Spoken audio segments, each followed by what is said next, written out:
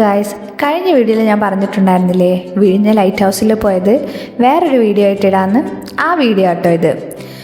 ഞങ്ങൾ പോയപ്പോൾ ഏകദേശം അടയ്ക്കാറായ സമയത്താണ് പോയത്. ചെന്ന പാടെ നല്ല ക്യൂ ഉണ്ടായിരുന്നു. അത് കൂടുതലും ലിഫ്റ്റിൽ പോകാൻ വേണ്ടിയിട്ടാണ്.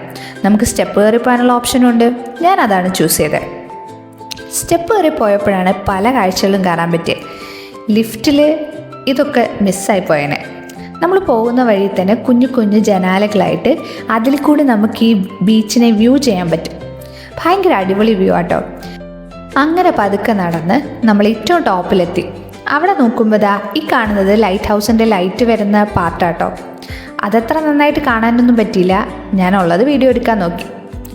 പിന്നെ ഇത് മറ്റൊരു ജനലിൻ്റെ വ്യൂ ആട്ടോ. നല്ല അടിപൊളി വ്യൂ ആയിരുന്നു.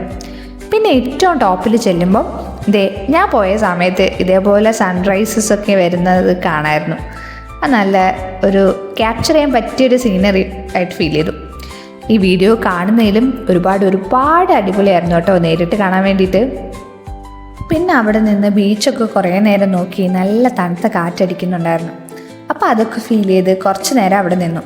പിന്നെ അങ്ങ് ദൂരെ മാറി നോക്കുമ്പോഴത്തേക്കും നമുക്ക് ഈ ബീച്ചിലെ ആക്ടിവിറ്റീസൊക്കെ നടക്കുന്ന കാണായിരുന്നു. അതൊക്കെ ഇങ്ങനെ കണ്ടു നിന്നപ്പോഴാണ് നമ്മൾ നിൽക്കുന്നതിൻ്റെ കുറച്ചുകൂടി മാറിയായിട്ടുള്ള സൈഡിൽ വിഴിഞ്ഞം ഹാർബറും അതുപോലെ തന്നെ പോർട്ടും കാണാം.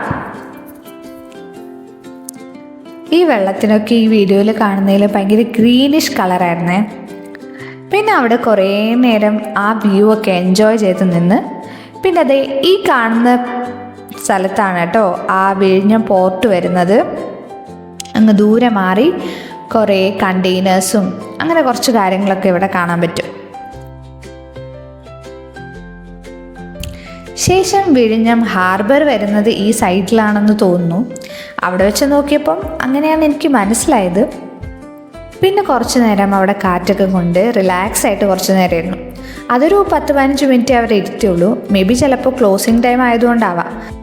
പിന്നെ അങ്ങനെ ഒന്നും കൂടി നമ്മുടെ വിഴിഞ്ഞ ലൈറ്റ് ഹൗസൊക്കെ ഒന്ന് കണ്ടിട്ട് നേരെ തിരിച്ചു പോന്നു. വളരെ അൺഎക്സ്പെക്റ്റഡ് ആയിട്ട് വന്നതെങ്കിലും വളരെയധികം ബ്യൂട്ടിഫുൾ മെമ്മറി തന്നൊരു പ്ലേസായി മാറിയത്.